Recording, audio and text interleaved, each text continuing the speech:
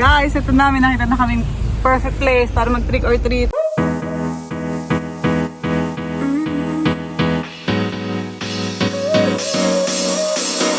Work is almost over, summer's getting closer. Hi mga Zoobs! Kumusta naman kayo? Sensya na kayo, busy lang kami for this past few days. Marami kaming inaasikaso na hindi pa namin pwedeng sabihin sa inyo. Ito yung big surprise namin na pinaghahandaan namin lately. So, tapos nag-anniversary kami dito sa Australia. Hindi nga namin masyadong na-celebrate, pero alam niyo yun, we are grateful na tumagal kami ng ganito nang walang help. Walang helper talaga at all. Tapos 3 bata. Happy naman kami ni Andy na na-achieve namin yan. So for now guys, for today, I am going to pick up Aliyah. And meron din tayo ulit mga gagawin. Pero syempre bago yan, paprioritize muna natin ng workout. Si Jaja ay walang pasok today. So masasamahan niya yung mga anak ko later. And then, more on errands again. Bago doon kami sa pinaghandaan namin. So tomorrow na yon, pwede na namin sigurong sabihin sa inyo kung ano yon dahil mangyayari na siya finally tomorrow. So ayan, samahan niyo ako ulit today as I vlog the whole day of my life today. Oh! Shit, sorry. Akala ko natapakan ko pupo. O sige guys, nandito na ako sa school. Laters! Ayan mga Zoobs, tayo ay, saan yung sapatos ko? Mag-shoes na. Dahil, ano ngayon guys October 31. So meron din namang celebration dito ng Halloween. Kaya naman, yung mga bata, nakadress up na sila. Pinag-dress up namin sila para trick or treat. Meron dito mga houses na kapag daw ang bahay nila ay naka-design, ibig sabihin pwede silang katukin. Sabi ng kapatid ni Andy. Kaya eto na. Naka-ready na kami. Naantay ko lang din si King kasi naglakad siya from school. Nag-bus, tas naglakad. Kukunin niya pa yung mask niya. Mamadali na yung 2 girls ko. Sobrang excited. Ang problema, si Mimi, wala siyang bag. Gamitin niya na lang muna itong lalagyan ko ng pouch bag to. Trick or treat! Ayun na si King, I can hear him na. So yun nga guys, parang nabanggit ko sa inyo dati na some people here, hindi nila sineselebrate yung Halloween, especially yung mga Australian. Siguro yung may mga madadaanan namin ngayon, baka kagaya din namin sila na celebrate nila yung Halloween sa ibang bansa. Guys, ito namin nakita na kaming perfect place para mag trick or treat. Ayan o, yun na, may ibang naka-costume na din. There is only one of you, only one of me. There's a million of those who won't let us be. But they're not gonna see me bleed. Cause baby, I got you. I've been beaten to the ground, dragged across the dirt. I've been scared to live cause some people never learn. But they're not gonna watch me burn. Cause baby, I got you. It's a new beginnings and a better life. It's the dancing underneath the disco lights. They can try but they can never take me down. Yeah, so we parked a little bit far for this one because, well, didn't look like there was that many parks. Wow. Sabi nila, parang this one is the nicest. Hindi ko alam if we got the right one.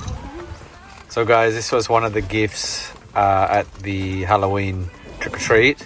So you can see it's actually a toilet roll with tissue around it. So what happens is you pull this and all the gifts will come out. But we'll do that later. So someone couldn't wait to pull it. Oh, empty na.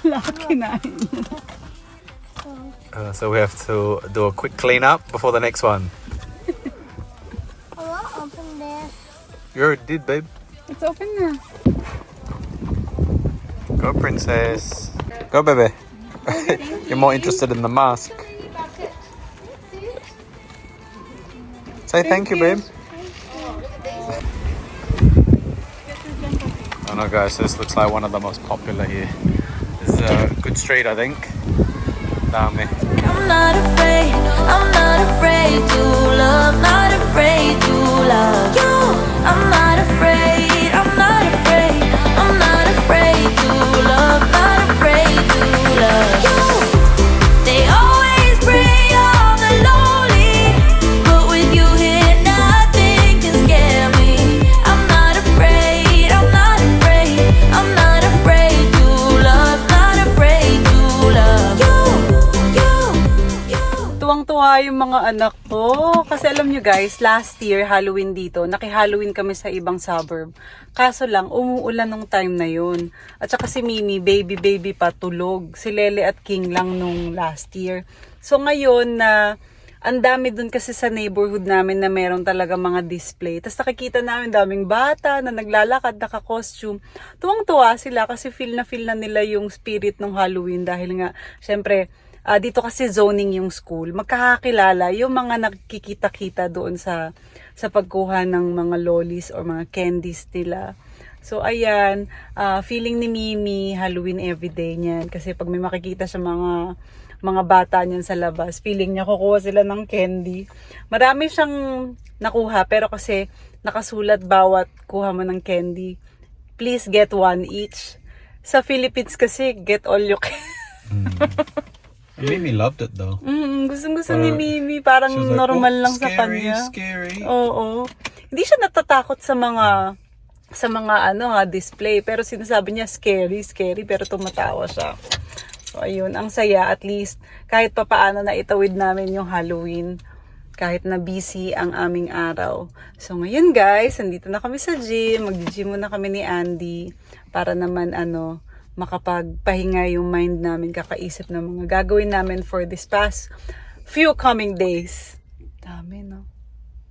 Busy tayo. Oh no, it's like running down. Lol. So, ayun. Pagkatas nito, hindi pa namin alam yung una namin gagawin, but Kasi kotahan.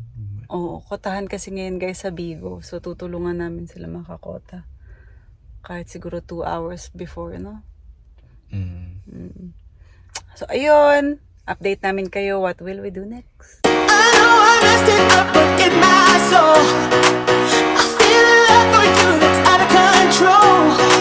Sometimes I feel like I can make you whole. I just can't change my emotions. There isn't anything I wouldn't do to prove that everything I say is true. And if you let me, I'll keep loving you. I just can't change my emotions. Come on, love me again. You're all I need. Can you love me again? I mean, come on, love me the way you did. I just can't change my emotions. Nakita niyo naman guys, 59 kilos na lang ako. Oh, Diyos ko, ang hinahabol ko, 3 kilos na lang sana. Nandun na ako sa normal weight ko kapag nagbawas pa ako ng 3 kilos. Yun lang. O, diba? Nailaban natin. Tapos kanina, tuwang-tuwa ang Mimi, ang Aliyah. Talagang wantusawa sila sa candy, sa lollies. Kaya yan, bagsak sila ngayon, napagod sila kakalakad, pinaglakad namin sila. Pero ang saya kasi, alam mo yun, nakaka-missing sa Pilipinas. Kasi sa Pilipinas, di ba, mga trick or treat doon, talagang punta-punta ka sa kanto-kanto ng bahay nyo. Meron na din dito. Akala ko kasi hindi talaga sila totally naggaganon. So, last year, nung ginawa namin yun, nakwento ko po kanina na umuulan, so hindi namin masyadong na-enjoy. So kanina, ang daming bata, ang daming naka-costume. Talaga sila, totally into it. Kaya feeling ko by next year, mas marami na talagang bata yan. Maraming mga bahay na nag-design din. Alam ko meron silang mga prizes din dyan eh. Kaya malay mo pag may bahay na din kami, magde-design din kami yan. Kasi syempre, Gustong-gusto yan ng mga bata. So, ayan, yan ang aming naging celebration ng Halloween! O, diba? Hindi namin masyadong pinlano yan, pero nangyari. So, saya. Thank you so much, guys, sa panonood ng aming Halloween special. And, magkita-kita tayo ulit bukas, November 1. Bye-bye!